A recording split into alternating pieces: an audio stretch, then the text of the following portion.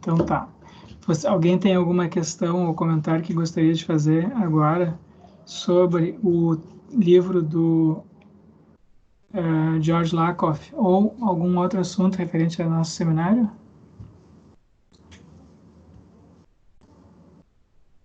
Não? Então, vamos lá.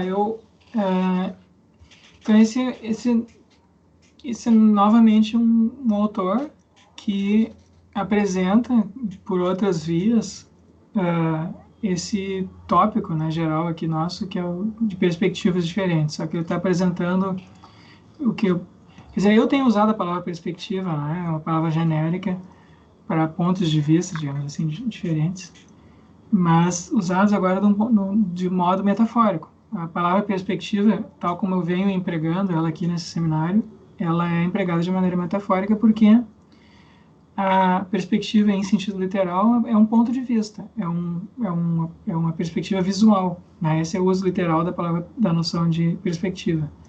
Então, sempre que a gente fala em perspectivas no sentido conceitual, ou histórico, ou filosófico, ou moral, enfim, o científico, a gente está usando a palavra perspectiva de maneira metafórica. E o que o George Lakoff e o Mark Johnson estão dizendo é que a maior parte do nosso pensamento, da nossa maneira de raciocinar, inclusive sobre questões técnicas, científicas, lógicas, matemáticas, é metafórica. O nosso modo básico de funcionamento é metafórico.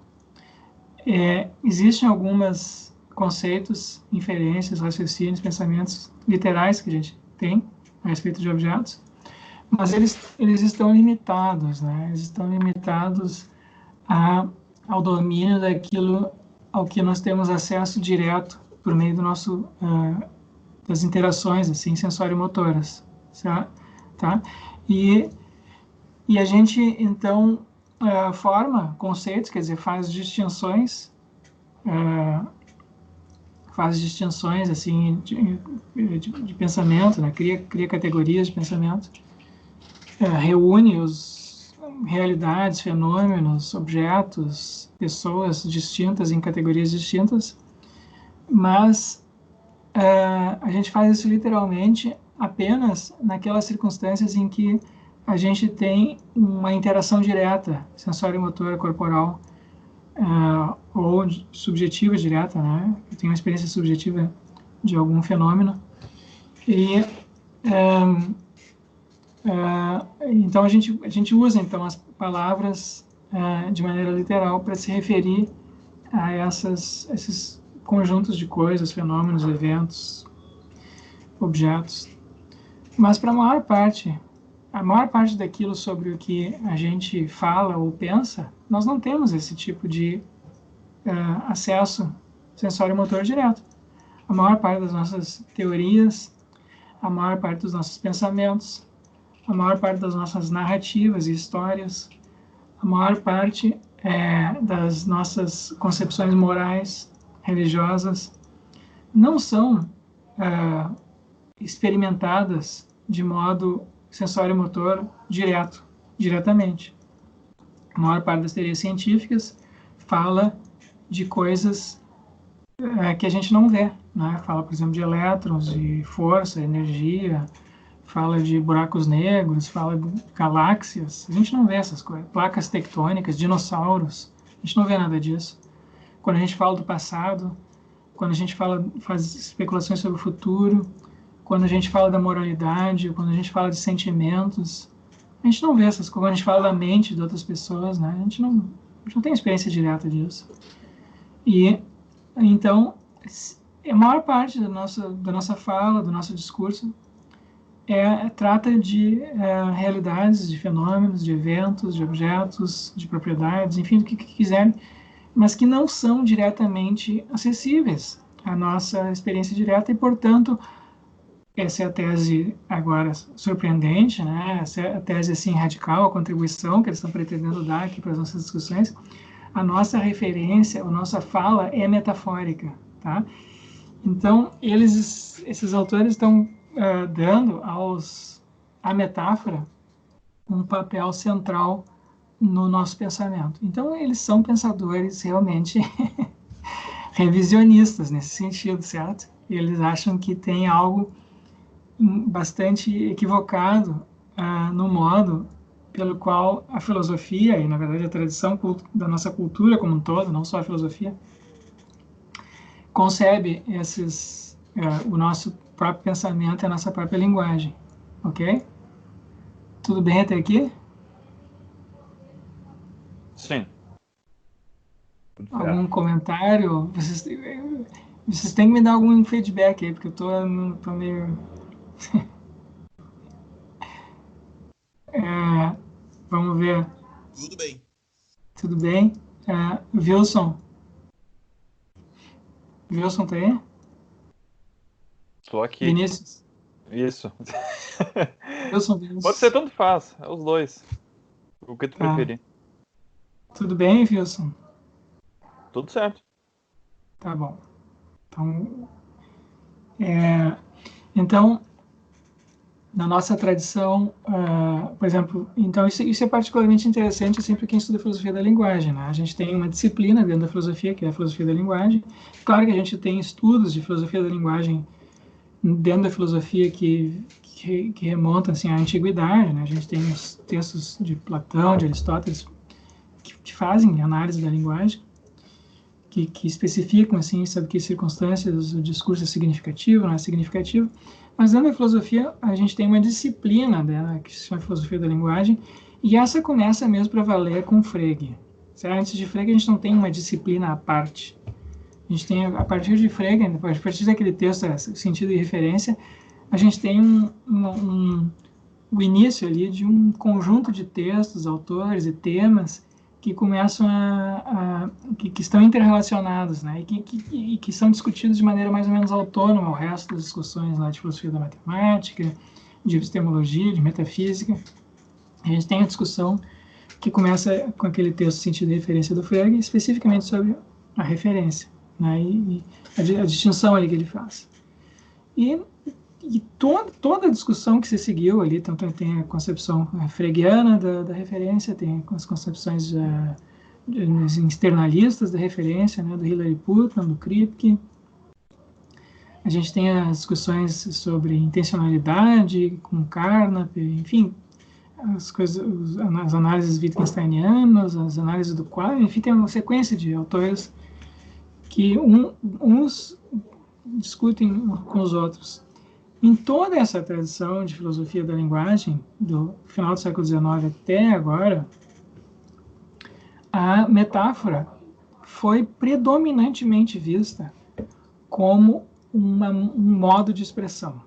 Quer dizer, a metáfora a gente diz metaforicamente aquilo que a gente poderia dizer literalmente. E uma boa parte dos filósofos do século XX, né, desde Frege para cá, buscaram mostrar que dizer as coisas claramente significa dizer não literalmente. Não, quer dizer, dizer não metaforicamente, dizer literalmente. Né? Então, claro que isso tem dificuldades, tem desafios, né? Tem algumas áreas em que isso é mais fácil, tem outras áreas em que isso é mais difícil. Mas a tendência sempre foi ver a metáfora como um fenômeno linguístico, secundário, derivado da nossa linguagem.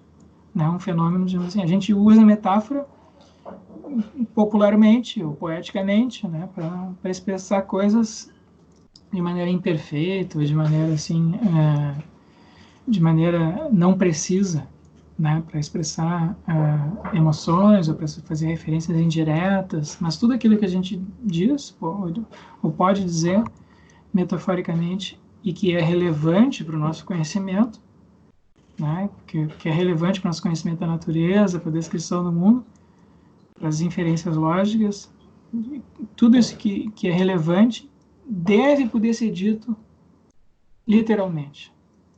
Certo? Isso é tese que predominou assim, de cabo a rabo aí na nossa tradição de filosofia da linguagem. E o que o Lakoff e o Johnson estão dizendo é que não, é o contrário. Certo? Que não tem como ser. A maior parte do que a gente diz metaforicamente não tem como ser dito não metaforicamente. Porque o nosso pensamento mesmo, os nossos conceitos mesmo, as nossas inferências mesmas são metafóricas, têm uma estrutura metafórica, tá? Então, a metáfora para o Lakoff e o Johnson não é apenas uma maneira de dizer aquilo que poderia ser dito de outra maneira. E a razão disso, eles sustentam, é que a nossa... Então, eles chegam a essa conclusão por uma análise de que é integrada, né? Que vem se tornando, assim, comum, ou pelo menos vem se difundindo muito nas últimas décadas, né? Essas décadas aí em que as ciências cognitivas, né, começaram a ter mais influência nos projetos de pesquisa filosóficos. Então, esses projetos integrados, são projetos assim integrados, né, de análise da linguagem, do pensamento, da psicologia, dos aspectos assim fisiológicos do corpo, a interação do corpo com a natureza, portanto, ela integra uma parte da biologia também. E nessas análises, o tipo de linguagem que a gente tem, o tipo de pensamento que nós temos, o tipo de, enfim, critérios que nós usamos para dizer se algo é correto, incorreto, verdadeiro ou falso, são em parte produtos, são moldados pela evolução do nosso corpo. Então, existem aspectos assim, aspectos cognitivos do funcionamento da nossa mente, para o qual nós estamos naturalmente predispostos, são inatos nesse sentido. Eles são inatos não no sentido de serem serem a priori imutáveis, né? Serem assim, pertencerem a uma alma incorpórea, mas são inatos no sentido de que a gente nasce com eles, né? Claro, do ponto de vista biológico, pessoas diferentes têm predisposições inatas distintas umas das outras.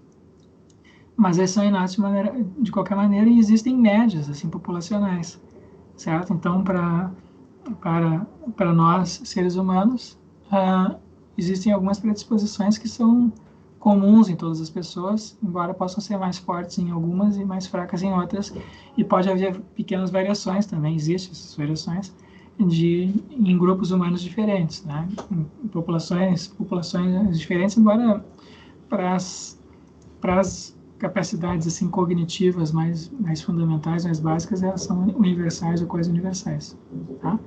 Então, essa é uma análise diferente agora. Eles estão começando, a análise aqui, a investigação desses fenômenos linguísticos, não começa na análise das palavras, não começa no significado das palavras, digamos assim. Começa no corpo humano. Como é que funciona o corpo, como é que funciona o cérebro, como é que o corpo interage, né? E um dos aspectos dessa interação corporal dos seres humanos, uns com os outros, com o ambiente e tal, é a manifestação verbal desses comportamentos. Então, o ponto de partida é o seguinte: a maior parte dos nossos processos, assim como a maior parte dos processos fisiológicos humanos, né, a digestão, o sistema imunológico, enfim, o crescimento, a reprodução, a maior parte disso é inconsciente, né? A gente não tem consciência do que acontece com o nosso próprio corpo. A gente não sabe o que está acontecendo agora com as células, como é que está funcionando o sistema imunológico, a digestão, o que eu estou digerindo agora, né? Almocei agora há pouco, estou digerindo alimento, eu não tenho consciência disso. Assim também com o pensamento, a gente não tem consciência do próprio pensamento, a maior parte do pensamento é processado de maneira inconsciente, né? A gente não tem nem consciência do que a gente fala direito, né? Por exemplo, assim, eu estou falando coisa aqui para vocês, mas eu não tenho muita ideia de qual vai ser a próxima palavra que vai sair da minha boca agora. Tenho uma ideia vaga aqui do que eu vou dizer para vocês, mas o processo é automatizado. E então eu vou falando, as palavras vão saindo aqui, né? E a maior parte dos nossos processos mentais, cognitivos, são como os processos corporais, são inconscientes, né? E eles permanecem inconscientes. E eles não têm como funcionar adequadamente, a não ser dessa maneira. Esse é um ponto interessante. É claro que eu posso ter consciência e controle sobre alguns movimentos corporais, né? Eu posso fazer algumas coisas conscientemente, eu volto a minha atenção. Por exemplo, eu posso agora conscientemente abrir aqui e fechar a minha mão, né? Abrir e fechar a minha mão. eu volto a minha atenção aqui, foco a minha atenção para esses movimentos que eu estou fazendo. Mas isso não tem como funcionar para a maior parte das coisas que a gente faz com o nosso corpo. Por exemplo, se eu estou dirigindo o carro, por exemplo, eu não posso ficar pensando em tudo que eu estou fazendo. Eu não posso pensar agora eu tenho que apertar no freio, acelerador, fazer embreagem, mudar, fazer isso e ligar o pisca. A gente só consegue dirigir bem quando esses processos ficam automáticos. Quer dizer, eu vou fazendo automaticamente. A mesma coisa para falar. Se eu fosse pensar em cada uma das palavras que eu estou falando agora para você. Só para não perder Thiago, só para não perder o fio ali que tu mencionaste, o projeto todo da filosofia da linguagem, do Frege, isso vai desaguar lá no Wittgenstein, e me interessa saber qual é a relação da metáfora com o nonsense, com o que a gente consideraria o absurdo. Se as metáforas têm algum valor de verdade, se tem ou não, enfim, ou pelo menos o que esses caras aí, né, o Lakoff e o Johnson, parecem estar pressupondo, se é que eles chegam a tocar nisso. E então essa seria um braço da pergunta, talvez o outro fosse qual é a relação disso tudo com analogia também. Porque a analogia para mim parece ser algo um pouco mais pé no chão, assim, verificável, porque ela se apoia ali em propriedades semelhantes e tal. E às vezes a metáfora é uma coisa mais descabida, assim, tem algumas metáforas que parece que não guardam nem relevâncias semelhantes, assim, pertinentes, né? Sim, essas questões aí são bem difíceis para eu responder, Thiago. São bem profundas, assim, né? Eu acho que, bom, vou dizer assim o que está me ocorrendo agora, tá? Mas com certeza isso que eu vou dizer agora é insuficiente para responder essas duas perguntas, tá? Não, tudo bem. Então, primeiro, com relação a absurdos ou nonsense, né? Sem sentido. A gente tem uma, na nossa tradição mais recente de filosofia da linguagem, né, a partir de Frege, o que predominou foram análises de absurdos ou de frases, de contrassensos, que privilegiavam, digamos assim, aspectos lógicos. Então, eu faço uma análise lógica da linguagem, né? Então, por exemplo, se eu me contradigo, por exemplo, né? Se eu digo que eu estou falando português agora com vocês e não estou falando português agora com vocês, seria um absurdo, é uma contradição, então não faz sentido. Mas isso é uma análise lógica do meu discurso. E o critério de significação aqui é em parte lógico, né? Então, e a lógica aqui é entendida de maneira estrita, né? Como tendo como modelo as diversas formalizações aí da lógica, né? Os cálculos lógicos, certo?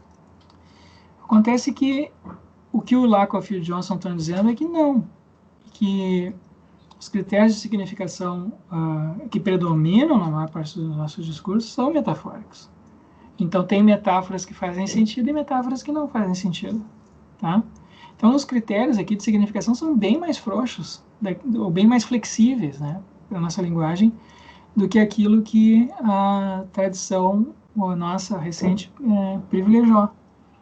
E não tem, certamente não tem um vale tudo, certo? Tem algumas regras, né? Mas essas regras, existem muito mais possibilidades assim, de se ser significativo ao falar do que aquelas que são permitidas por aqueles que analisam a linguagem, a significatividade da linguagem, de maneira mais rígida, mais estrita, em termos assim de... Eu tenho uma estrutura, né, tem frases, né? As frases são compostas de palavras, e essas palavras poderiam, em princípio, ser analisadas individualmente. Então, eu tenho um conceito, e esse conceito tem uma extensão, um conjunto de objetos, ou coisas, ou eventos, aos quais ele se refere, e tem uma intenção, que é a maneira como eu defino aquele conceito por meio de outras palavras. Então, eu tenho que ver agora se esse conjunto aqui, esses conceitos se adequam, né, se conformam minimamente aos outros conceitos naquela frase, de tal maneira a produzir um enunciado que poderia ser verdadeiro ou falso. Então, isso é uma análise, esse é um tipo, assim, um esquema de análise que a gente encontra em muitos autores do século XX.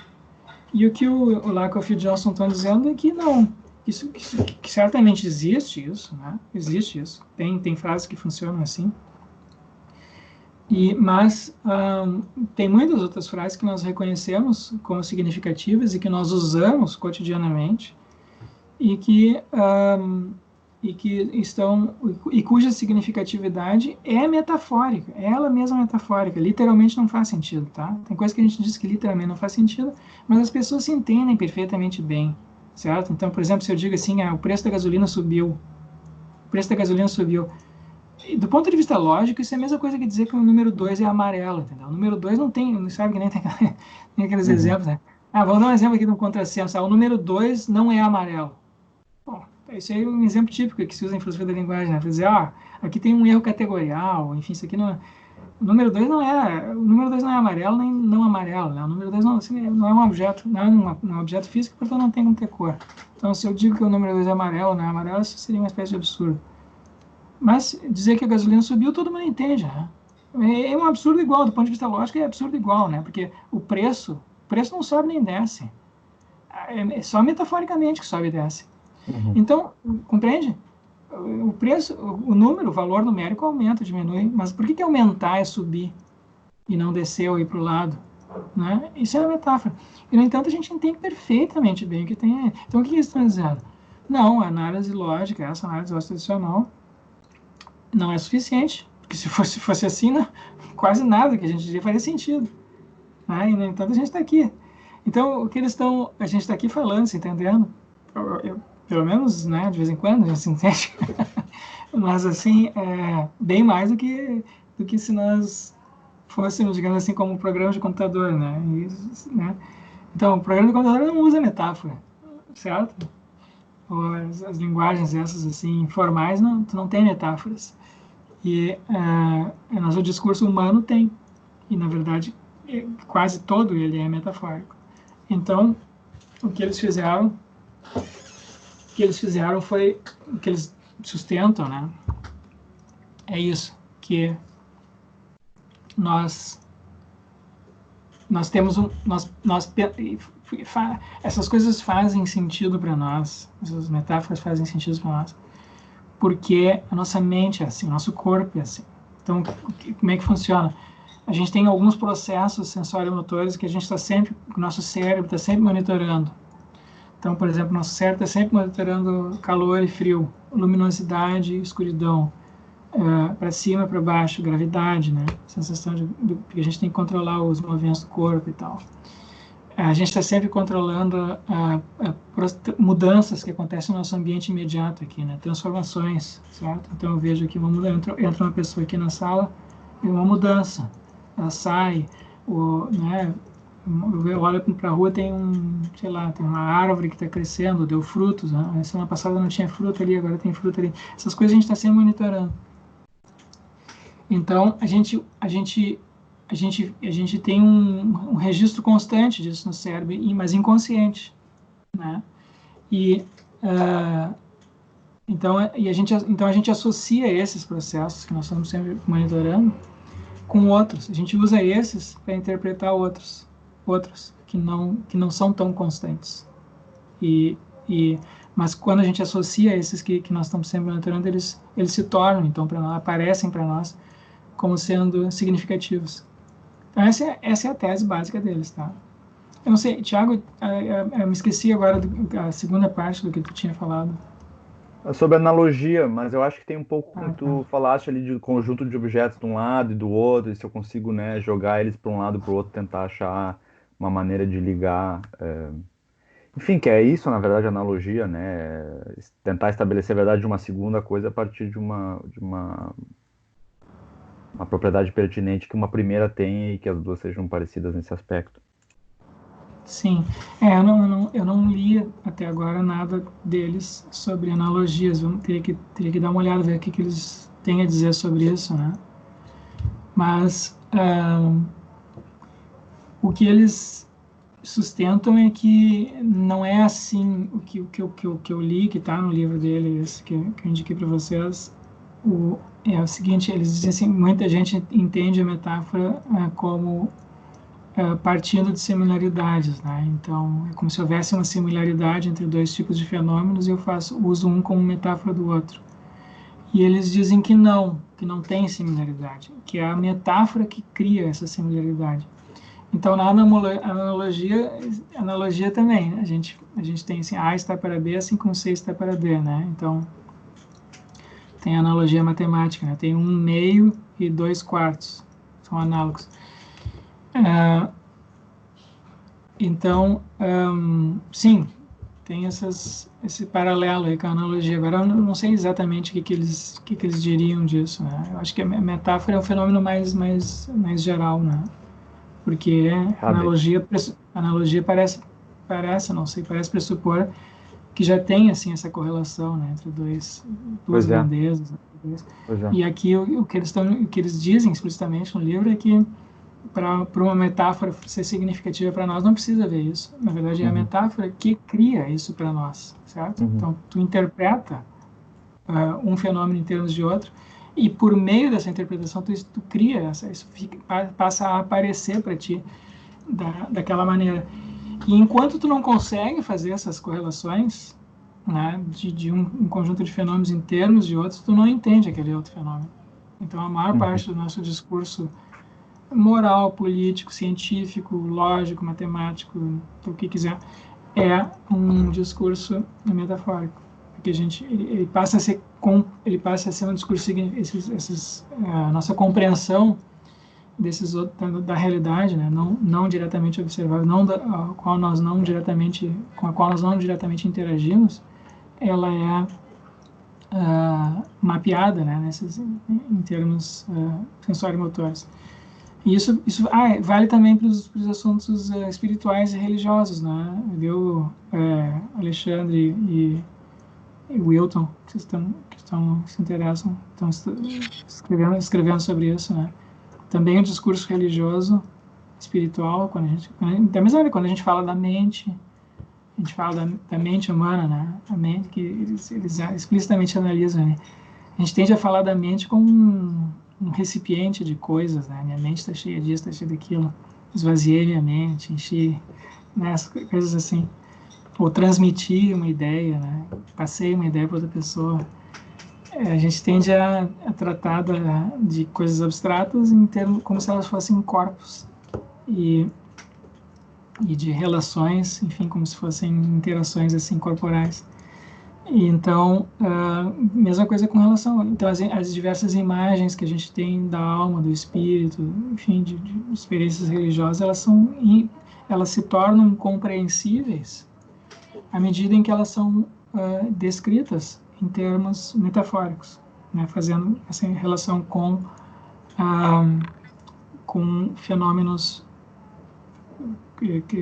aos quais nós temos acesso direto. Então, por exemplo, a imagem de Deus como um pai, né? Isso tipicamente é uma metáfora. Ou a ideia do que é divino como estando no céu, mais acima. Coisas assim, ou do inferno como estando mais para baixo. Então, a gente tem sempre essas associações. Por que o melhor está sempre para cima e o pior está sempre para baixo? A saúde, a consciência, o melhor, o mais é para cima. E o pior, a doença, a morte está para baixo, né? O inferno está para baixo. Por que isso? E isso não é uma coisa da nossa cultura, tá? Tem algumas variações assim de uma cultura para outra, mas esses fenômenos estão difundidos em quase todas as culturas, né? Então, não é algo é algo mais básico. É algo mais básico do que um produto da nossa cultura. Tem algo ali que diz respeito ao funcionamento do próprio corpo humano.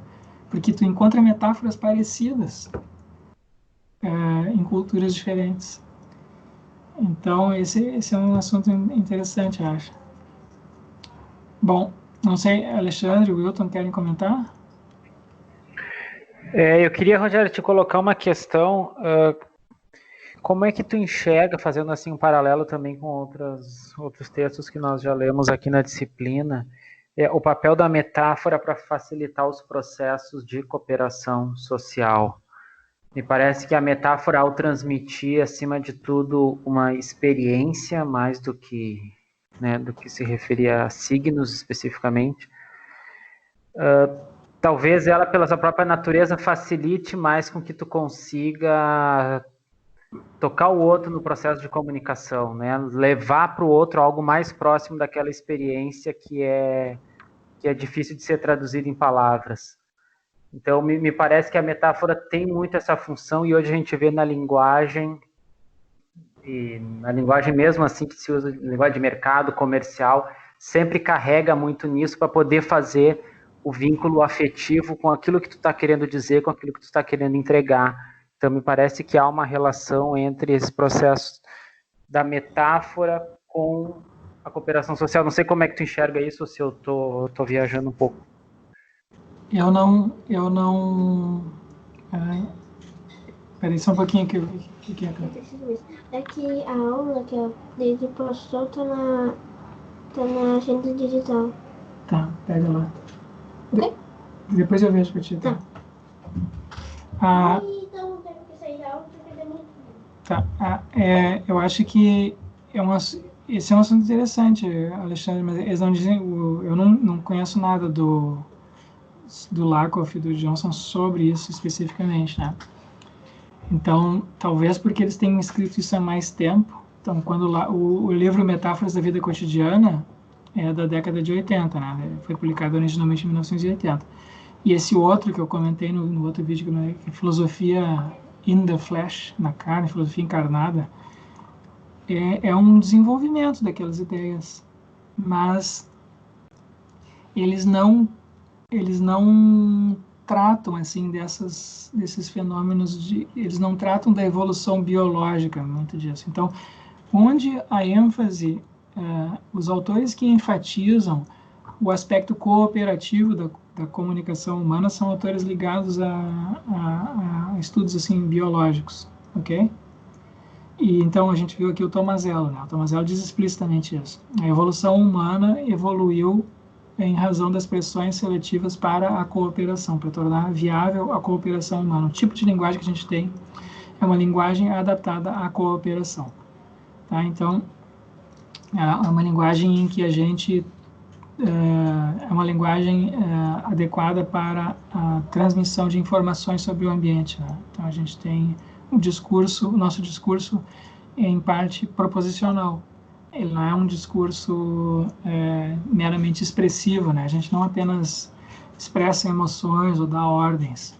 Então, a linguagem, por exemplo, dos chimpanzés é uma linguagem limitada à ordem e expressão de emoções. Tem muito pouco ali transmissão de informação. E o chimpanzé não gosta de dar informação gratuitamente. E os seres humanos não. A maior parte do tempo, a gente informa aos outros aquilo que a gente sabe, de graça. A gente não pede nada em troca, em geral. Né? A gente compartilha informações o tempo todo. E, então, para compartilhar informações o tempo todo, a gente precisa de proposições, a gente precisa de condições de verdade, etc. Enfim, enunciados que sejam suscetíveis, né, corrigíveis uns pelos outros. E não apenas ordem e expressão de sentimentos, emoções, estados subjetivos. Mas então, o que o Lakoff e Johnson estão falando é outra coisa aqui. Ele está dizendo assim, olha, a estrutura dessa transmissão de informações é basicamente metafórica. Tá? Então, eu não conheço nada deles a respeito de cooperação. Mas, enfim, pode ser que tenha, eu não conheço. Tá? Talvez tenha que investigar mais, não sei. Certo, perfeito. Mas eu acho que não tem nada. Até agora eu não vi nada. Se tivesse alguma coisa relevante, eu já teria encontrado, porque eu já vi vários textos dele, não tem. Então, mas posso estar enganado também. Me pareceu fazer sentido, né, no que diz respeito à metáfora ser uma forma de comunicação mais quente, né? Então, assim, ela, por natureza, parece despertar mais essa relação afetiva de tu transmitir uma experiência e reportar a pessoa para a realidade daquilo que tu está falando, mesmo que tu não consiga expressar isso logicamente. Então, o que eu acho que eles estão enfatizando é o seguinte, por isso a religião se vale muito da metáfora também, né? Eu acho assim, eu entendo o que eles estão dizendo da seguinte maneira, é um fato, é assim, tá? Poderia ser diferente, mas como? Perfeito, Claro eu que a digo gente como característica selecionada mesmo, né? Não, então, como característica selecionada, o que aconteceu na evolução humana? Primeiro a gente desenvolveu o corpo, certo? O tipo de linguagem que a gente tem é recente na história humana. Quando ela se desenvolveu, quer dizer, a gente isso é especulativo, mas enfim, a hipótese mais plausível é que o tipo de linguagem que a gente tem hoje só tenha se desenvolvido plenamente depois da chamada revolução cognitiva, lá há 70 mil anos, né? 70 mil anos, mas a gente tem uma história pregressa antes da revolução cognitiva que é riquíssima, né? Então a gente tem lá várias espécies humanas, os neandertais, os Homo erectus, rudolfenses, enfim, várias outras espécies humanas que viveram e prosperaram durante milhares de anos, aliás, milhões de anos, né? E, e que não tinham, assim, um tipo, uma mente como a nossa. Então, eles tinham uma mente mais parecida com a dos chimpanzés, que os chimpanzés têm hoje. Então, claro, certamente eles eram mais inteligentes que os chimpanzés, faziam mais coisas, mas talvez não tanto assim, né? Eles eram mais hábeis, conseguiam resolver problemas e tal, mas a gente não tem nenhum indício assim de que eles tenham tido algo como uma linguagem proposicional tão desenvolvida como a nossa, porque se eles tivessem isso, para ter isso, tu precisa ter uma capacidade imaginativa maior, né? Tu precisa poder formular coisas assim contrafactuais, né? Se fosse assim, se fosse assado. E a gente não tem muitos indícios de que essas outras espécies faziam isso, porque essas foram espécies que mudaram muito pouco ao longo da sua história, diferente dos seres humanos. A nossa história humana é uma história de mudanças culturais constantes, né? A gente teve muitas maneiras de viver que os seres humanos modernos, o Homo sapiens, experimentou na sua história. E esses outros não. O Homo neandertal, o Homo erectus, eles mudaram muito pouco. Então, o Homo erectus foi um dos que mais viveu 1,5 milhão de anos, mas não mudou nada. Tu pega os instrumentos que eles faziam há 1 milhão no início do aparecimento do Homo erectus e depois no final, antes de eles serem extintos, o Homo erectus não mudou quase nada. Então, isso é um indício, né, de que a imaginação deles não era muito fértil, ou que se é que eles tinham uma imaginação parecida com a nossa. Então, isso é um indício indireto de que eles não tinham uma linguagem como a nossa. Então, eles não desenvolveram arte, provavelmente não tinham religião, ou se tinham, enfim, sei lá se tinham, mas enfim, a gente não tem nenhum indício direto. E depois, com o Homo sapiens, a gente tem muitos indícios diretos. A gente tem indícios diretos de arte, na pintura, a gente tem indícios diretos de religiosidade, nos cerimoniais, enfim, na maneira como eles enterravam os mortos. A gente tem indícios do uso assim de decoração simbólica no corpo, investimenta, colares, coisas assim.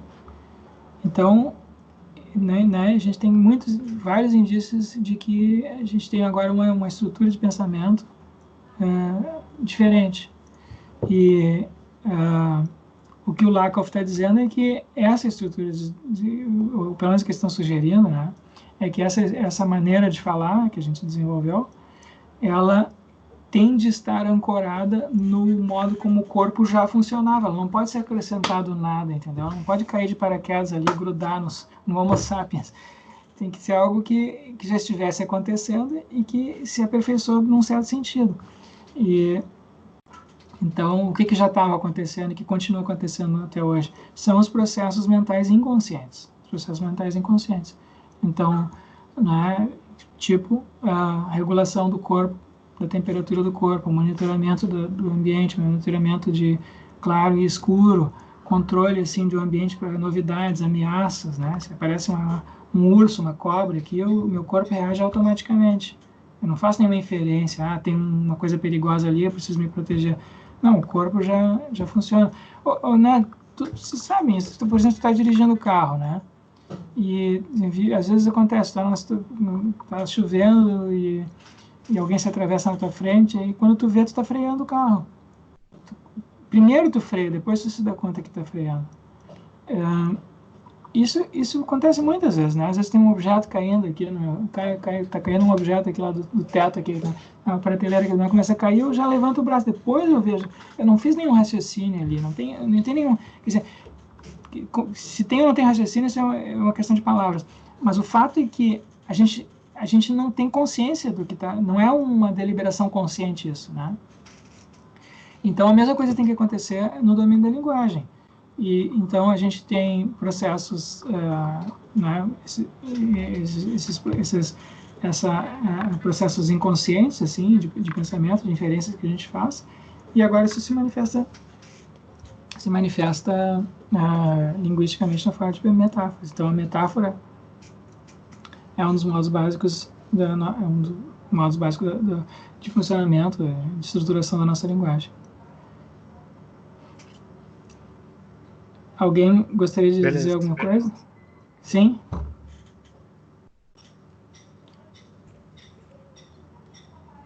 Álvaro, quer dizer alguma coisa?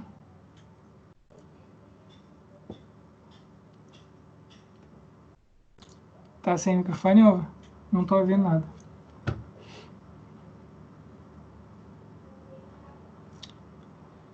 Álvaro, não tá funcionando o teu microfone, tá bom. Rogério, se quiser... eu teria... Estão me ouvindo bem? Sim, pode falar. Ah, tá. Eu queria voltar um pouquinho para tua comparação com as teorias clássicas do significado, porque, em geral, para os... pega Frege, Russell, Carnap, ou até mesmo, talvez, parte da obra do Wittgenstein, a metáfora ela sempre tem esse caráter, como tu falou, meio parasitário em relação ao uso literal da linguagem.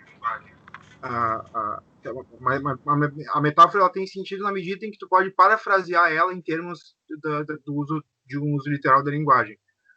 O que o Lakoff parece estar fazendo é uma espécie de inversão disso do ponto de vista do uso cognitivo da linguagem, certo? Eu ainda não consegui ler, mas o que me interessou muito nisso daí foram as consequências que isso tem, por exemplo, para a filosofia da matemática, ou para o modo, talvez até para a filosofia da ciência em geral. Pelo que eu vi, eles têm um livro sobre esse assunto, né? Que é esse da onde a matemática vem, alguma coisa assim, né?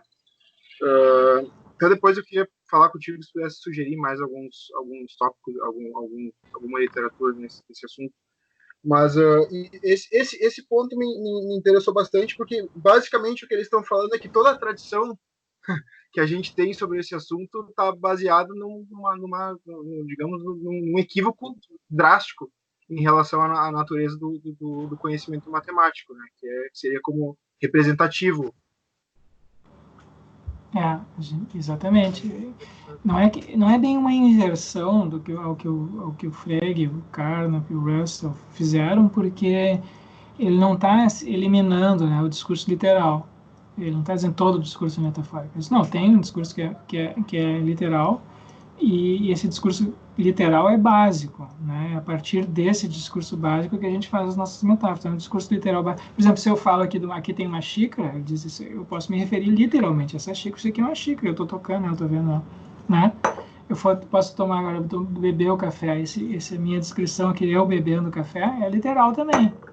Então, o discurso literal não está assim, eliminado, ele continua tendo uma função básica. Mas a maior parte do nosso discurso não é literal, essa é a novidade deles, né? A maior parte do nosso discurso não é literal, e essa parte que é metafórica, que é a maior parte, ela não... assim, eu estou falando a parte do discurso, né? Como se o discurso fosse uma coisa, como se fosse uma torta, eu vou dividir em partes. Até aqui na nossa conversa já tem o modo metafórico, né? A gente não tem como escapar disso. Isso que eles estão dizendo. Sim. Não é, eu fui infeliz. Não é que o discurso literal vem da metáfora, mas é que a metáfora ela compõe a grande maioria da nossa riqueza cognitiva, digamos. Essa seria a ideia. Essa é a ideia, né? Então, isso vale para todos os domínios, inclusive para matemática, para lógica, né? Essa é a tese deles. Então, a gente primeiro tem experiências sensório-motoras, com contagem, com números, né? E inferências causais que a gente faz, né? Que vêm desses monitoramentos, essas correlações, essas associações que a gente faz. E depois a gente né, associa o discurso mais abstrato da matemática, conjuntos, números, né, infinitos, enfim, induções matemáticas, assim. Ele tem essa base, ele tem como base essas experiências sensório-motoras. Então a gente começa com experiências assim de né, unidade, multiplicidade, e 1, 2, 3. E depois a gente pensa nisso em termos abstratos, e não o contrário. Então, claro, na tradição matemática e lógica, do pensamento matemático e lógico, na nossa tradição filosófica... Alô? Tá me ouvindo agora? Eu estava testando o áudio aqui, agora consegue me ouvir? Sim, estamos te ouvindo. Tá bom. Então, eles acham que o discurso matemático tem quando a gente fala assim abstratamente de conjuntos, quando a gente fala abstratamente de números, né? Como o número é uma entidade abstrata. A gente trata o número como sendo uma entidade, mas o modelo de entidade que nós temos são corpos. Então a gente fala das propriedades do número. Também a gente fala, por analogia, as propriedades dessa xícara aqui. E assim por diante, tá? Né, a gente associa os processos, mesmo que no discurso científico, a gente comumente se veicula, né, o discurso científico em termos assim, causais, embora a formalização científica, o discurso técnico científico, hoje em dia quase não nem use a noção de a palavra causa ou causalidade, mas a gente tende a pensar nesses termos. Só que o nosso pensamento a respeito de que a causa é um conceito abstrato, né? A causalidade é um conceito abstrato. Como o Hume, né? A gente nunca vê as causas, né? A gente só vê correlações.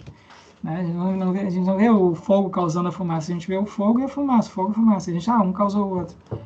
Então eles pensam da mesma maneira, essa Humeana. Né? A gente tem associações, correlações, que são primariamente de experiências sensório-motoras. Né? Então, por exemplo, eu tenho um objeto empurrando o outro. Né? Então, esse é um dos modelos assim, básicos e que é usado, uma das metáforas básicas para causalidade, é de eu forçando o movimento de um outro objeto, com a minha mão, por exemplo, empurrando um objeto, certo? Então, isso é uma das metáforas que é recorrentes, né? No discurso sobre causalidade. A gente fala num objeto, como se a gente tivesse dois objetos e um está empurrando o outro, que nem nas bolas de bilhar lá do Hume, certo? Então, isso é uma metáfora. Então, a gente como o Hume diz, a gente não vê a causalidade, a gente vê dois objetos, um batendo no outro, o segundo saindo de cima. A gente usa como isso, essa experiência que a gente tem, que são recorrentes, né, de um objeto bater no outro e o segundo sair andando, sair se movendo, a gente usa isso como uma metáfora para entender a causalidade. Como a gente não tem, a tese deles aqui, a gente não tem como entender nada se a gente só tivesse um conjunto de conceitos abstratos, uns se referindo aos outros. Isso tem que estar ancorado em experiências sensório-motoras para se tornar compreensíveis para nós. Tá? Essas experiências podem ser sensório-motoras, podem ser também experiências subjetivas, né, de qualidades. Né? Eu vejo uma cor, vejo outra, tem um sentimento, tem um gosto. Né? Então, isso a gente também experimenta de modo direto. Certo? Não é só assim, aquilo que diz respeito à interação entre corpos, ok? Mas, enfim, a gente tem essas capacidades, né? A gente tem essas capacidades de discriminação e elas são inconscientes. A discriminação de objetos, de multiplicidades. Nossos antepassados já tinham, os chimpanzés ainda têm. Outros animais têm essas capacidades, tem um objeto, 2 objetos, muitos bichos conseguem discriminar quantidades. Então a gente começa daí com esse processo inconsciente de discriminação, classificação de objetos, e, né, metaforicamente a gente expande isso para outros domínios e cria depois esse discurso abstrato. Então essa é a ideia básica deles. A ideia básica deles é essa, de que... Pois é, me interessou muito ver mais a fundo no detalhe como eles tentam estender isso para domínios altamente abstratos do conhecimento matemático, como, sei lá, discussões a respeito do axioma da escolha, ou a teoria dos conjuntos de números transfinitos e assim por diante. Isso me interessou bastante ver como poderia haver uma explicação nesses termos desse tipo de tópico. Claro, assim, eles não estão comprometidos de que tu possa fazer algum tipo de redução, viu? Não é isso que eles estão dizendo. Tu não tem como fazer essa redução. Porque o que tu tem é o seguinte, tu começa com essas interações sensoriomotoras, um discurso literal sobre isso, né? Falando dessas interações, desses fenômenos, assim, aos quais nós temos acesso direto, e aí depois tu estende isso. Só que essa extensão não é linear, então tu não consegue depois reduzir. Tem saltos, tem incoerências, enfim, tem coisas que se perdem no meio do caminho, tem contingências, né? E também tem o que eles falam, que é muito importante, que é o assunto que eu queria mencionar, retomar aqui agora, que é uma maior parte do nosso, que existem estruturas metafóricas, né? Existem estruturas metafóricas. Então a gente não tem só metáforas diretas, né? Para cima, mais é para cima, menos é para baixo. Consciência é luz, inconsciência é escuridão, que são metáforas diretas, né? Porque a gente tem essas experiências mais ou menos diretamente, né? Se eu estou mais consciente, se eu estou num quarto escuro, numa sala escura, eu não posso ter consciência visual, pelo menos, do que tem ao meu redor. Se eu acendo a luz, agora, bom, posso ver tudo que tem ali, né?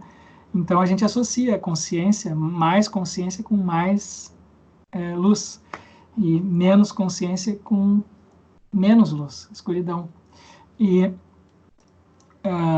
então isso é universal, todas as culturas têm isso. Claro, então isso é uma metáfora direta. Agora, a gente pode usar essa metáfora para criar outras metáforas, certo? Então a gente tem agora metáforas indiretas, metáfora sobre metáfora sobre metáfora. A gente tem agora estruturas metafóricas. E esse aqui é o ponto deles, é que a gente tem e a gente pode criar estruturas diferentes, né, que partem dos mesmos fenômenos, certo? Então ele diz assim, tem um pluralismo de metáforas, A gente viu o Thomas Sowell lá falando de visões, né? Muitas visões sobre o mesmo fenômeno. Processos sociais podem ser compreendidos de acordo com a visão restrita e restrita da natureza humana, dos processos sociais. O Jonathan Haidt falando que os processos morais, políticos, podem ser compreendidos ou avaliados de maneiras diferentes de acordo com as predisposições psicológicas de pessoas diferentes, né? Então, tem pessoas que têm uma mente mais aberta, tem outras que são mais conservadoras, então isso são predisposições assim, não são inicialmente ou primariamente políticas ou morais, elas são predisposições comportamentais, psicológicas. Então, então isso tu cria daí teorias ou predisposições morais, políticas diferentes a partir dessa base psicológica. E aqui eles estão dizendo a mesma coisa. Eu posso ter um conjunto de fenômenos sensoriomotores que é universal, todo mundo tem, que é, por exemplo, a interação com objetos físicos, a experiência da gravidade, luz e sombra, né, a temperatura, gostos, cores, sons, né, qualidades assim sensoriais, que são universais, todo mundo tem isso, em maior ou menor grau. Claro que tem pessoas que são cegas, tem pessoas que são surdas, tem pessoas que não sentem cheiro e gosto direito, enfim, tem variações de seres humanos, mas a maior parte das pessoas tem a maior parte dessas experiências, e elas são bem parecidas, né? São mais parecidas entre nós do que são, sei lá, entre um ser humano e um chimpanzé, um ser humano e um cachorro, né? Então, os cachorros têm outros tipos de experiências sensoriais que são parecidas com a que outros cachorros têm, mas não. enfim, assim por diante. Então tem graus assim de parentesco. E agora, então a gente tem maneiras diferentes de relacionar essas experiências sensoriais, sensoriomotoras, com outros fenômenos que não são sensoriomotoros. Mas depois, à medida que que as coisas vão se afastando, vão ficando mais abstratas, né? Na matemática, na lógica, nas ciências, na moralidade, na política, enfim, aí as possibilidades vão aumentando, né? Então, aí o céu é o limite, né? Porque a gente pode, em princípio, né, criar não existe assim uma limitação, né, para o que tu pode fazer com essas metáforas. Tu pode ir criando metáforas mais num sentido, mais no outro sentido. E é isso que fazem os cientistas, e os filósofos, e os artistas, e os religiosos. Quer dizer, todo mundo faz isso, né? Todos nós temos um pouco disso tudo, né? A gente associa, enfim, cria esquemas mentais metafóricos diferentes para tratar dos mesmos fenômenos. E é isso que dá origem a esses conflitos, né, persistentes na nossa cultura. São metáforas diferentes.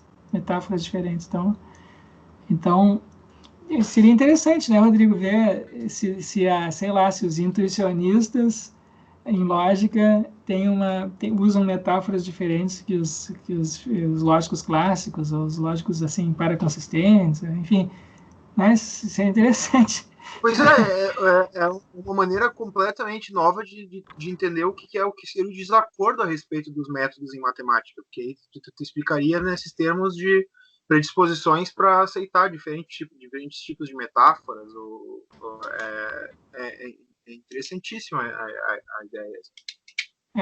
É um programa assim, de pesquisa, em princípio, muito fecundo, né, que pode ser explorado.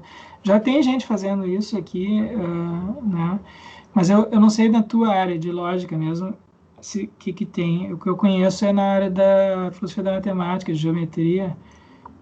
Então eu tive uma orientanda em Santa Maria, que é a Tamires Dalmagro, depois ela fez o doutorado dela na Unicamp, e ela fez sobre provas diagramáticas, né? Provas diagramáticas. Então tem essa discussão em filosofia da matemática, se provas diagramáticas, que é aquelas provas que a gente encontra em Euclides, né? Que tem tu desenha, tu tem um diagrama, um desenho, no meio da prova tu tem um desenho, uma figura, e aí tu usa aquela figura nas provas euclidianas, lá do Euclides mesmo, tu usa aquelas figuras como parte da prova.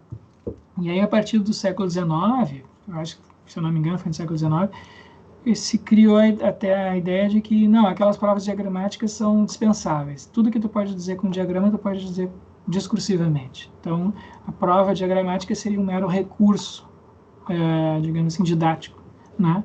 Mas que a prova mesma, pura, mais rigorosa, é a prova discursiva. Então, aí tem a discussão contemporânea, né? Tem gente que a Tamires e, enfim, outras pessoas aí dizem que não, que a prova diagramática pode ser tão rigorosa quanto a prova discursiva, que são simplesmente provas de tipo diferente, né? E aí começa a entrar, né, essa discussão das origens disso, né? Por que a gente tem prova diagramática, por que não tem? E tem gente que vem defendendo esse tipo de análise proposta pelo Lakoff, pelo John. Quem escreveu o livro sobre matemática não foi o Johnson, foi o Nunes. Eu não conheço quem é esse cara. O Lakoff e o Nunes é um outro parceiro dele nessa outra obra. Mas, enfim, eles sustentam daí que né, a gente tem esses graus, né, de afastamento das experiências sensoriomotoras, e o grau discursivo é um grau mais abstrato, né? Se tu tem a experiência visual, tu tem um grau intermediário, então, nesse grau intermediário tu pode ter algo tão rigoroso quanto tu poderia ter no grau discursivo, só que é uma maneira diferente. De qualquer maneira, do ponto de vista do Lakoff e do Nunes, todos eles são metafóricos. Claro que eles estão usando aqui metáfora, né, nesse sentido bem amplo, geral deles aqui. Porque, na verdade, nós não temos como falar literalmente de coisas assim abstratas ou processos abstratos. Todo o nosso discurso ele é moldado e delimitado por metáforas, tá? Professor, eu tenho uma Bom, pergunta. quem é que está falando? É o Thiago de novo. Oi, Thiago. Eles chegam a se comprometer com a tese de que o próprio pensamento seria metafórico, ou a metáfora é uma característica só da linguagem mesmo, um arranjo que a gente pode fazer enfim, com seus símbolos, a sintaxe e tal? Não, o próprio pensamento. O pensamento é metafórico. As inferências, quer dizer, o que é o pensamento, né? O que é o pensamento para eles? Tem 3 elementos. Eles dizem, o nosso pensamento tem 3 elementos básicos. Tem as metáforas, as molduras ou frames e as narrativas. Essa é a estrutura do nosso pensamento. Quando a gente pensa, a gente está usando frames, molduras. Esse livro aqui não é de frames, mas eles são parceiros aí, o Lakoff e esses caras da teoria de frames, é o Fillmore, não sei quem mais, Charles Fillmore. Então eles dizem assim, o Fillmore é um outro linguista americano, esse colega dele lá na Califórnia, se não me engano. E eles dizem assim, olha, quando a gente usa uma palavra, o significado de uma palavra, ele é caracterizado, definido, enfim, por uma moldura, e não pela extensão ou intenção do conceito. Sim, tem a intenção e tem a extensão do conceito, mas o que a gente entende quando a gente conversa ou lê um texto não é isso, não é a extensão. Então, o conceito de cavalo, né, o preferido do Frege, o conceito de cavalo. O conceito de cavalo tem o conjunto dos cavalos aí, né? Tem os cavalos. E tem a intenção do conceito do cavalo, né? O sentido do conceito de cavalo, que é um animal quadrúpede, que relincha, que tem pelo, que tem rabo, enfim, essas coisas. Então, claro, a gente entende isso também, mas não é só isso que a gente entende quando lê a palavra cavalo, ou escuta a palavra cavalo. A palavra cavalo vem já com uma moldura. Então, o que é essa moldura? É um conjunto de papéis e cenários, certo? Papéis e cenários. Quais são os papéis que um cavalo pode ter em diferentes cenários? Então, o cavalo pode ser um cavalo selvagem, que está na natureza, pode ser um cavalo, pode servir de montaria, pode puxar carroça, arado, enfim, as polícias aqui, às vezes, aqui no Rio Grande do Sul, né, aqui a Brigada Militar aqui do século XIX, no Rio Grande do Sul, usa cavalos para patrulhar a Redenção, coisa assim, né? A gente tem essas molduras, né? E quer dizer, então tem papéis e tem cenários. Onde é que os cavalos são usados? No campo, na roça, né? Tem, sei lá, na campanha no Rio Grande do Sul tem nos filmes de cowboy, tem aqui na Redenção, que os brigadianos usam. Então, tem cenários onde a gente encontra cavalos. E tem papéis que os cavalos... Isso, então, não é só o conjunto dos cavalos e a intenção de cavalos que a gente leva em conta quando a gente lê a palavra cavalo ou escuta a palavra cavalo. Já vem com esse pacote, tá? Então, isso é muito importante. Então, quando a gente encontra... Não, só para saber então se eles estão adotando aquela concepção de linguagem como uma representação mesmo do pensamento, ou um espelho, aquela representação, aquela concepção pictórica de linguagem mesmo. Por o pensamento mesmo ser metafórico, a linguagem vem isso na sua estrutura e espelha, né? E não, o pensamento é mais literal, mais quadradinho, mas por a linguagem... Pelo papel, né, pela linguagem aceitar essas construções meio malucas, a gente está falando de absurdos, isso vem então e como que expande, aprimora o pensamento, né? Porque pensar mesmo um quadrado redondo nós não conseguimos, mas no papel aceita isso, eu boto um na função de sujeito, ou na função de predicado e linguisticamente eu digo. Então é só para saber se primeiro vem, digamos, a linguagem, que é metafórica, o ganho, o valor cognitivo dela é como que liberar a imaginação, trazer plasticidade para o pensamento, pensar possibilidades, relacionar conceitos. Ou se não, o pensamento já seria assim e a linguagem, quando surge, ela mais cedo ou mais tarde só vem espelhar isso. Não, o pensamento é uma categoria psicológica para eles aqui. Né? Eles não estão falando do conceito de freguiano de pensamento. O conceito de freguiano de pensamento é uma abstração, certo? Só chega aquela ideia abstrata de pensamento do Frege, que é aquilo que pode ser verdadeiro ou falso, né? Me corrige aí, Rodrigo, se eu estiver dizendo bobagem. Então, o pensamento é isso aí. aquilo. Essa é uma ideia super assim destilada, né, do que é o pensamento. Do ponto de vista psicológico, é um processo mental, entendeu? Que acontece, que pessoas empíricas têm, e eu tenho, tu tem pensamentos, né? Então, se eu quiser usar isso para descrever o que acontece nos seres humanos, eu tenho que tratar isso como uma categoria psicológica. Então, como categoria psicológica, o pensamento é incorporado para eles. Ele não é algo abstrato. Ele é algo que acontece, que é mediado, mesmo que tu seja um dualista, isso não importa aqui, tá? Tu pode ser um dualista sobre a alma humana, mas de qualquer maneira tu tem esse filtro cerebral, certo? Ou o pensamento é produzido pelo cérebro, ou ele é filtrado pelo cérebro. Não faz diferença. Aqui porque eles estão defendendo. Tu tem certas restrições ou molduras aqui, que são certos filtros, certas, né, em que o cérebro e o corpo humano como um todo impõem ao pensamento. E então, do ponto de vista assim empírico, psicológico, o pensamento é metafórico, tá? É claro que tu pode, se tu quiser, né, se for útil para certos propósitos, nem o Frege diz, para propósitos científicos, né? Para propósitos científicos a gente pode extrair, pegar a estrutura lógica, apenas desconsiderar todo o resto, né? Sim, tu pode fazer isso para determinados... Eu não sei se vocês conhecem, tem o textinho aquele, o texto esse né, que fundou essa tradição moderna da lógica, que é a conceitografia, do Frege, Begriffsschrift. Na introdução do prefácio, agora não sei se é a introdução ou prefácio, né, da conceitografia, ele diz exatamente isso. Ele diz assim, olha, o propósito dessa conceitografia, quer dizer, dessa notação lógica que é abstrata, é permitir a apresentação perspícua de pensamentos para propósitos científicos. Então, eu só vou representar aqui aquilo que é relevante para a verdade e falsidade de um enunciado. Não vou representar mais nada. Tá, tudo bem, pode fazer isso, não tem nenhum problema, e é útil para determinados propósitos, que nem o próprio Frege diz. Agora, não tem como servir para modelo do pensamento como um todo. O pensamento como categoria assim, psicológica é um fenômeno empírico, tá?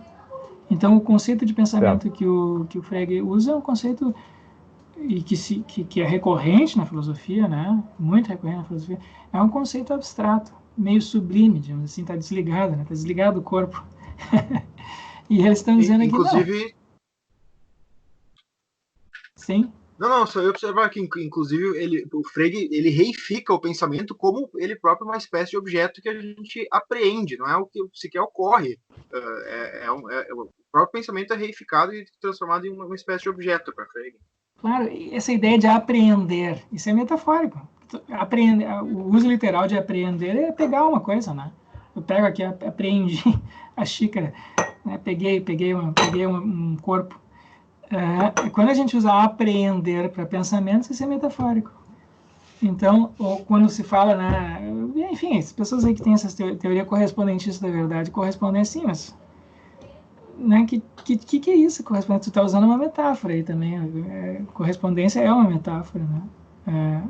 Sei lá, pode ser uma metáfora, digamos assim, tu pode ter correspondência de uma pessoa enviar uma coisa para outra, uma carta, né? Ou uma correspondência de dois objetos, né, paralelos, enfim, que sei lá. Mas todo esse discurso metafísico sobre verdade, sobre pensamento, é metafórico para o Lakoff e o Johnson. Então, bom, não sei, tu tinha dito mais coisas antes, Thiago, eu me esqueci agora.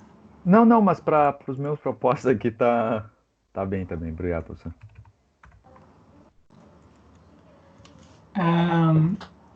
Que mais? Alguém mais gostaria de fazer comentários? Álvaro, tu queria dizer antes? Não, por enquanto não tenho nada a dizer. Tá bom. Pedro, Vinícius, Eduardo. Tô tranquilo também. Daniel, Felipe. O Wilton saiu? O Wilton não tá aí. Tá tranquilo, professor. Tá. Tudo certo. Bom, então, uma coisa importante aqui. A gente tem uma coisa que é importante, eles falam em estruturas metafóricas, tá? Estruturas metafóricas. Então a gente não tem só metáforas diretas, a gente tem estruturas metafóricas, a gente tem metáforas sobre metáforas sobre metáforas.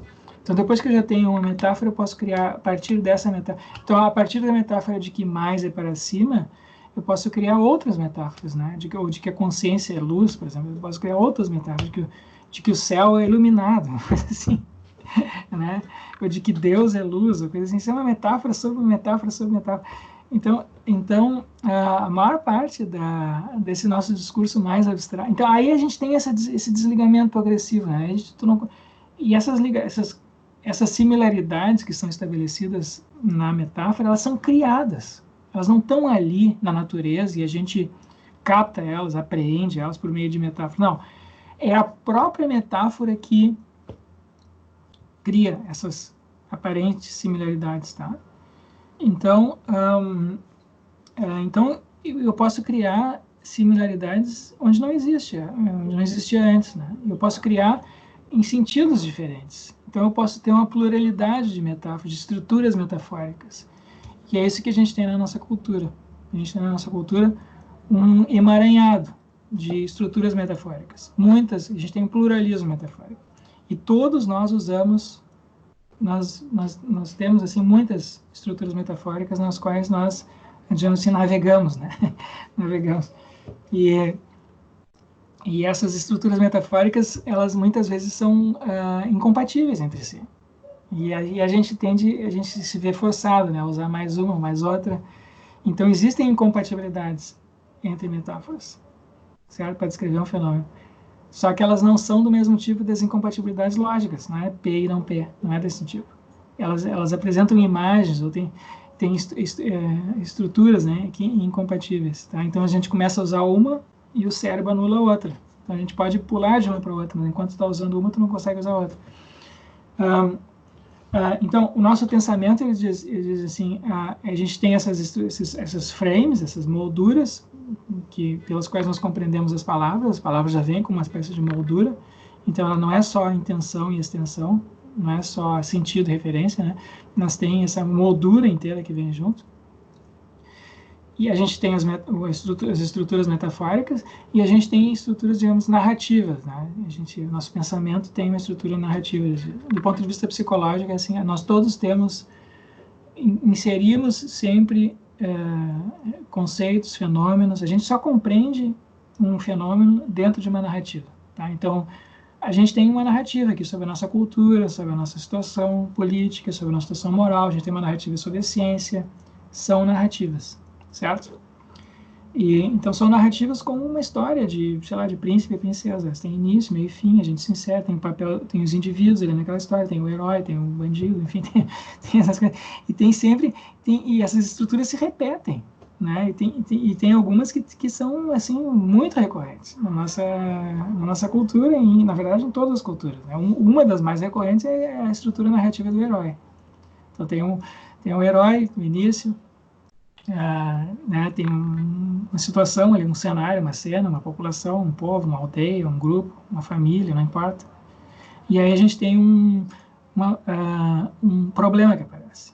Tem um problema que aparece e ninguém consegue resolver aquele problema, né? Tem um monstro, apareceu um monstro lá que está ameaçando o castelo. E o monstro, sei lá, raptou a princesa, ou enfim, fez alguma coisa assim. Ou, enfim, ameaça os camponeses, ou ameaça matar alguém, ou comer o gado, enfim. O problema pode ser não um monstro diretamente, mas pode ser uma praga, pode ser sei lá, um inimigo, né? Um outro povo que é inimigo. E ninguém consegue resolver aquilo da maneira tradicional. E aí a gente tem alguém, geralmente um jovem, né? Ousado, que faz alguma coisa que nunca foi feita, alguma coisa que ele próprio não sabe o que está fazendo. Ele é como o Ícaro, né? Ele voa alto demais, ele tem uma espécie de hubris, ele tem um ego inflado, ele acha que ele pode mais que os outros, ele não sabe nada, mas por ter aquele ego inflado, ele acaba conseguindo, aquilo dá a ele motivação, ânimo suficiente para superar, fazer coisas, tentar coisas novas. E aí, na história do herói, ele é bem sucedido, na tragédia ele é mal sucedido. Na história do herói, ele é bem sucedido e ele resolve aquele problema e volta depois para a sua família, sua aldeia e tal. E aí ele tem um momento agora de reconhecimento, né? Em que a Ubris aí tem que ir embora. Na história do herói, ela vai embora e ele se ele adquire sabedoria, humildade, né? Ele reconhece que foi por sorte que ele conseguiu fazer aquilo. E ele então distribui a riqueza das conquistas. Essa é a história, essa estrutura narrativa a gente encontra em todas as culturas, todas. E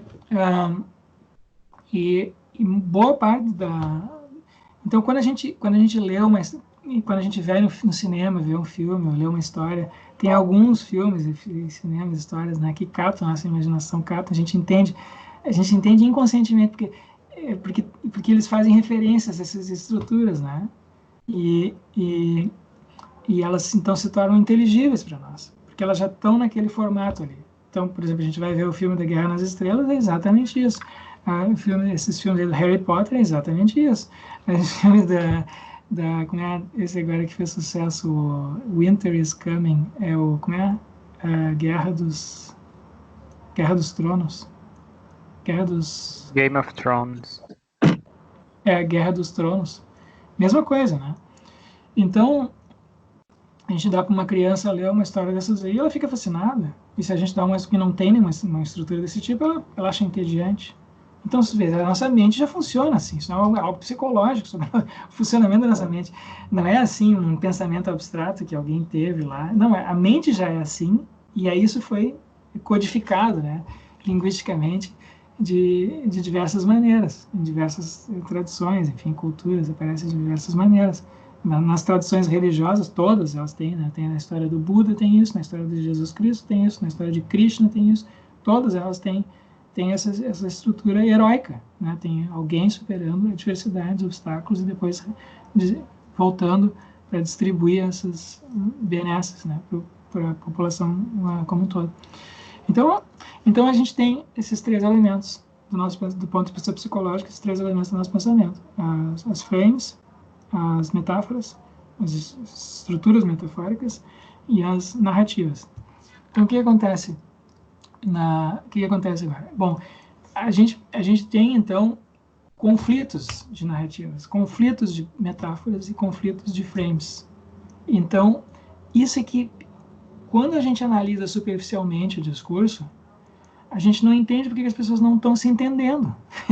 E coisas que outras pessoas dizem parecem para nós completamente irracionais, né? Então, isso está acontecendo na nossa cultura contemporânea, que a gente tem narrativas diferentes, metáforas diferentes sendo usadas para falar da cultura, dos fenômenos sociais, e as pessoas estão usando metáforas incompatíveis, certo? E então, para quem usa uma metáfora, quem está usando uma metáfora diferente, as posições, as opiniões dela se tornam incompreensíveis e irracionais, aparecem para nós como sendo irracionais. Então a gente tem essa quebra, né, nos diálogos.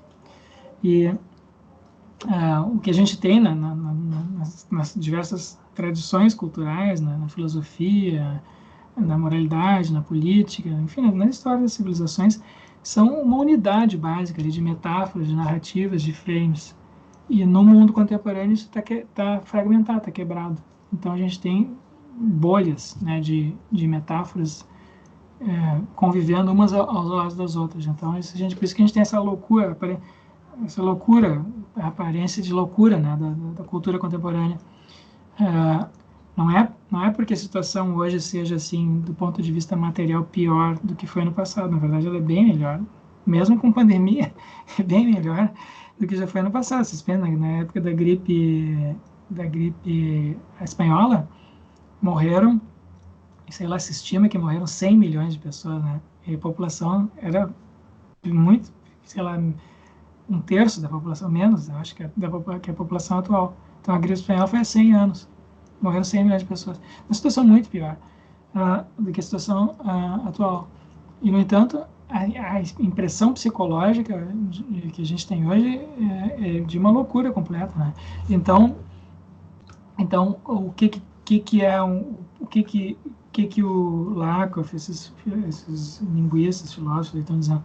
o Johnson e outros, é que a gente tem esses conflitos de metáforas, conflitos que não são meros conflitos de opiniões, certo? Então, quando a gente tem uma pessoa discutindo se ela tem aquecimento global ou não tem aquecimento global, ou tem, o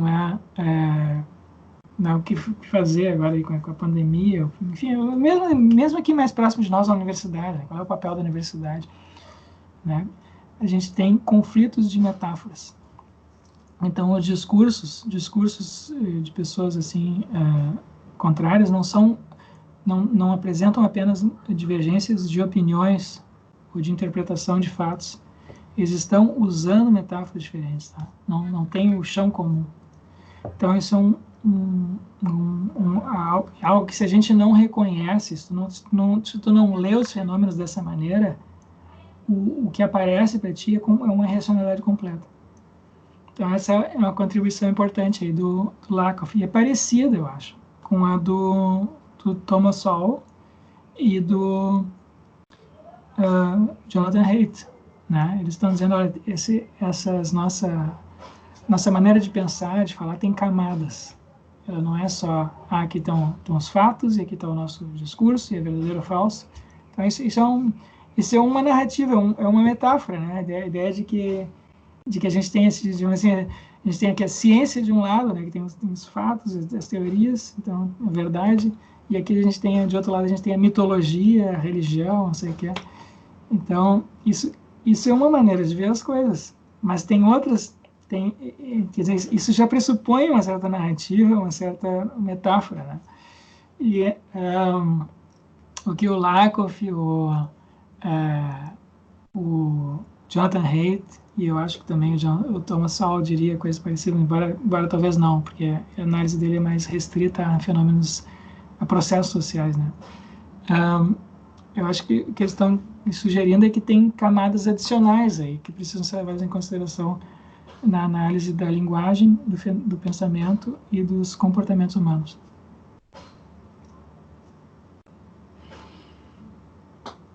Bom, então tá, alguém mais gostaria de dizer alguma coisa?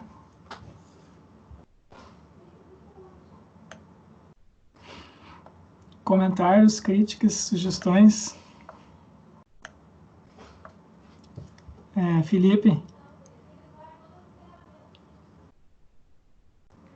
Ô, professor. Pedro. Oi, Pedro. Talvez aqui...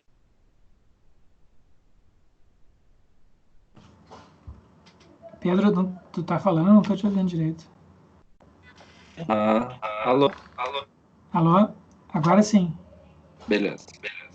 No texto do Haidt, ele dá bastante importância para os sentimentos, né, para as emoções. Eu fiquei um pouco em dúvida onde que as emoções estariam nesse quadro aqui desses dois, do Lakoff e do Johnson. Tá faltando, ele não fala disso, né? Ele não fala, a análise dele é mais linguística mesmo, esse livro aqui dele especificamente sobre metáforas, tá? Então, esse é meio... Ele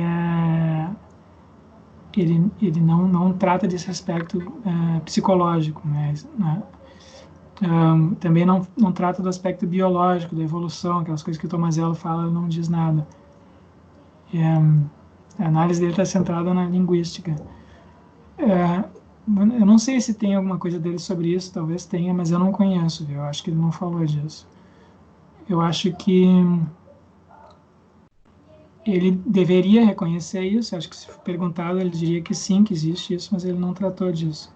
Porque a nossa mente tem esse aspecto emocional, e isso é uma das coisas que as ciências cognitivas das últimas décadas vem salientando, é que não existe uma racionalidade desligada dos sentimentos ou da emocionalidade, que a emoção e os sentimentos funcionam como filtros, sem os quais a razão não consegue funcionar, tá? Isso é a tese, assim, uma tese muito básica da ciência cognitiva, né? Que a gente tem assim, quando eu tô enfim, tô aqui circulando aqui na minha sala, na minha casa, na rua, eu preciso eu não posso prestar atenção em tudo que existe ao meu redor e calcular o que é mais relevante. Eu já tenho que ter uma predisposição para saber o que é mais relevante, né? Eu não, entende? Então eu não posso sair na rua e ficar calculando onde é que está a rua, para que lado eu vou. Eu estou caminhando, pensa assim numa situação, eu estou caminhando no meio do mato, né? E aí tem um arbusto de um lado, tem um leão do outro, tem um cavalo do outro. Eu não posso ficar muito pensando, será que esse bicho é perigoso, será que não é, será que o arbusto não é? Eu já tenho que ter uma predisposição ali para me encaminhar mais para um lado ou para o outro, senão eu não sobrevivo. E isso vale também nos ambientes sociais, contemporaneamente isso continua valendo, né? A gente está navegando assim, no ambiente social, tem algumas pessoas com as quais tu não pode se aproximar muito, né? E tem outras que vale a pena tu se aproximar. E tem algumas pessoas que tem que evitar. Sim, o ambiente social é uma selva também. Então, só que tu não pode, quer dizer assim, para tu navegar eficientemente nesses ambientes sociais, tu tem que fazer as coisas automaticamente. E essa automaticidade é fornecida pelas emoções e pelos sentimentos. Se eu tivesse que levar em consideração todas as possibilidades, né, todas as teorias possíveis, todas as possibilidades factuais, e daí escolher qual é a melhor, eu não conseguiria calcular. Mesmo um computador não conseguiria calcular, porque as possibilidades são infinitas. Então eu já tenho que ter um filtro inicial, e esse filtro inicial é fornecido pelas emoções e sentimentos. Tá? Então não tem como desligar emoções e sentimentos do funcionamento da mente como um todo, do pensamento. Não tem pensamento sem emoções e sentimentos.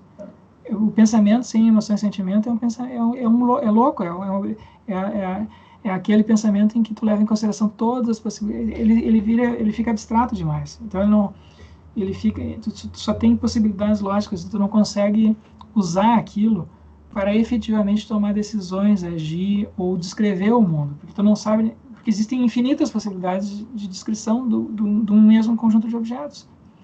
Então, tu precisa filtrar isso de alguma maneira, e a gente faz isso automaticamente. Só que esse filtro automático não é um filtro abstrato, ele é um filtro fornecido para nós inicialmente pelos sentidos, emoções e sentimentos. Então, mas é claro, o Lakoff aqui não fala nada disso. Mas eu acho que, como ele está usando esse material, ele se coloca como um cientista cognitivo, eu acho que, se perguntado, ele diria que sim, tem que ter isso também. Mas ele não, que eu saiba, ele não escreveu nada sobre isso. Tá certo. Obrigado, professor.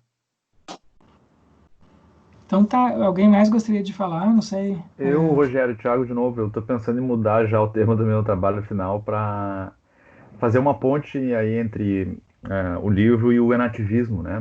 O projeto enativista de ancorar a linguagem na sensorimotricidade, né? Sim, baixar claro, um esse pouco aqui. dela. É isso, né? Estamos falando disso. Sim, esse texto aqui cai como uma luva para os enativistas. Tá ótimo. Né? Mas, enfim, eu não sei, talvez os enativistas não tenham uma visão própria ali, né? Ele não está exatamente... Ele está vindo da linguística, o Lakoff, né? Por isso que eu te perguntei anteriormente sobre qual era a concepção de linguagem que eles estavam adotando, se era mais pictórico, enfim.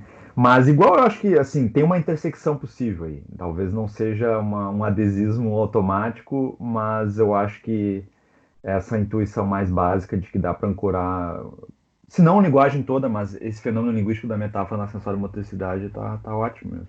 Tá. Não, eu lembrei agora que tu tinha me perguntado sobre isso de linguagem pictórica e eu me esqueci de comentar.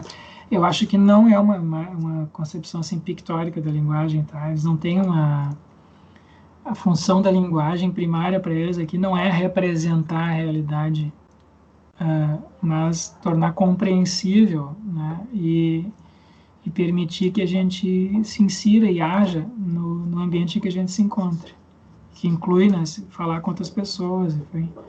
Mas eles têm uma concepção mais pragmática assim, da linguagem, né? Eles têm uma concepção mais pragmática. Não, a função representacional não é tão... Claro que tem isso também, tem esse aspecto, né, representacional na linguagem, mas não, o modelo deles não é esse.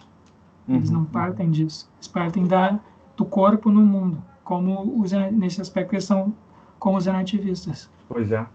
Mas eles não... Eu não sei o que eles diriam sobre os enativistas, teria que ver. Eles não citam, né? Eles não... Então, é uma outra tradição aqui de pensamento. Parecida, mas não é a mesma coisa. Então, Eu sei que tem algumas coisas nesse talvez sentido. fosse interessante até. Talvez fosse É. interessante até fazer uma comparação, né? Isso pode dar um acho que eu vou por trabalho. aí. De fato, isso pode dar um trabalho, porque pode dar um bom trabalho, eu acho. Porque tem que ver se já não foi feito também, né? Eu acho que Talvez sim, já tenha. pastor, eu acho que sim, já tem alguma coisa nesse sentido, mas a minha ideia seria essa, mais estabelecer essa relação, ver até onde ela vai. Sim, com certeza. Dá para fazer. Sim. Beleza. Então tá, alguém mais gostaria de dizer alguma coisa? Daniel, Felipe, Álvaro? Tranquilo, Rogério. Feliz aqui. Tranquilo, não tem nada. Como assim, Álvaro? Tu sempre tem alguma coisa para dizer? Rogério? Eu, Daniel. Sim, e aí, Daniel? Rogério, eu fiquei pensando sobre a questão das incompatibilidades metafóricas. Existiria algum tipo de pesquisa, algum tipo de estudo, algum trabalho sobre o que poderia ser uma sistematização da lógica das estruturas metafóricas? Não sei se eu estou me expressando bem. Do tipo que apontasse possibilidades, impossibilidades entre as relações entre metáforas e metáforas de metáforas. Não sei se eu me expressei bem. Não, eu acho que eu entendi. Assim. Vamos ver, né? Quer dizer, a compreensão é sempre metafórica. Né? Sim. Então, ele mesmo, o Lakoff, fez isso parcialmente, tá? Para alguns domínios. Então, ele nos últimos tempos, ele é um militante. Então, a gente vê o Sauer é um conservador, tá? O Jonathan Haidt é uma pessoa que já foi de esquerda, agora ele é de centro. E o Lakoff é um esquerdista, ele é militante de esquerda nos Estados Unidos. E ele tem se dedicado aos assuntos de política, tá? Faz campanha contra o Trump. E então ele vem se dedicando a analisar. Ele tem 2 livros, se não me engano, especificamente sobre o discurso político. E o que ele diz do discurso político é que os pessoal mais progressista usam uma metáfora para o Estado. Eu mencionei isso na aula passada, né? Usa como metáfora para o Estado, tem como modelo metafórico do Estado a família em que os pais são cuidadores e protetores e são empáticos, são amorosos com relação aos filhos, né? Eles estimulam os filhos, coisa assim.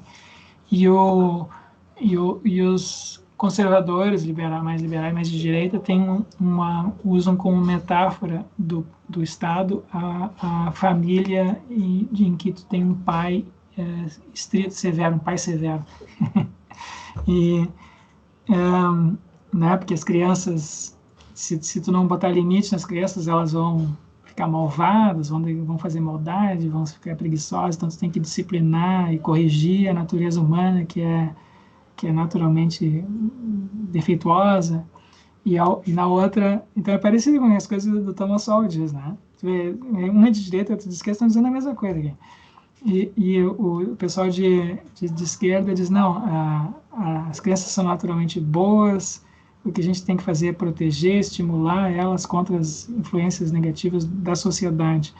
E se elas tiverem um ambiente suficientemente amoroso, tudo vai dar certo. E elas vão realizar e crescer e realizar seu potencial. Então, ele diz, a gente só tem esses 2 modelos básicos no nosso ambiente político. Ele fala do ambiente americano, talvez no Brasil seja um pouco diferente, né? Mas, enfim, nos Estados Unidos ele diz, só tem esses 2, não tem um terceiro que é o do centro. E essas 2 são incompatíveis, ele diz. Tá? Então, o que acontece? A gente aplica essa mesma compreensão do pai estrito ou da família amorosa para assuntos diferentes. Tem pessoas que aplicam o modelo do pai estrito de cabo a rabo, né, para todos os assuntos, que é o Trump, o Bolsonaro. As pessoas que são mais de direita fazem isso para todos os assuntos. E tem pessoas assim que são mais de esquerda que aplicam o modelo da família amorosa para todos os assuntos. Né? Então, sei lá, a Lula ou o Bernie Sanders nos Estados Unidos, o Fernando Haddad aqui, sei lá. E tem pessoas que para alguns assuntos aplicam um modelo e outros assuntos que as pessoas assim que ficam mudando, né? Então tem alguns assuntos em que elas usam o modelo, por exemplo, tem pessoas que são de esquerda, né, votam em partidos de esquerda, mas são professores em sala de aula são assim rígidos, super rígidos, né? Então o cara vota no partido de esquerda em aula, só que dentro da sala de aula ele é um disciplinador, é um coronel. Então, e tem gente que é o contrário, né? Tem gente que cara, o professor é uma mãezona ali, né, em sala de aula, mas aí quando na hora de votar ele vota na direita. Então, a maioria das pessoas tem essas, para assuntos diferentes, tu aplica. Mas o que o Lakoff vem dizendo é que não tem um modelo intermediário, que é o modelo da pessoa de centro. Só tem dois. E as pessoas que são consideradas de centro são pessoas que às vezes usam um, às vezes usam outro, para assuntos diferentes. Tá? Então, tu não tem, assim, no centro nunca tem consenso. Mas na direita, né, na esquerda tem maiores consensos, né, porque tem essa maior unidade. Então, ele diz assim, quando a gente usa uma metáfora, o cérebro, ele analisa em termos estritamente cerebrais, tá? Ele é materialista nesse sentido com relação à mente. Basicamente é plausível. Então, o cérebro, a gente tem essa... Quando a gente usa uma metáfora, isso vai sendo reforçado no cérebro, vai sendo reforçado, e aí tu vai anulando a outra. E se tu usa a outra, tu anula a primeira.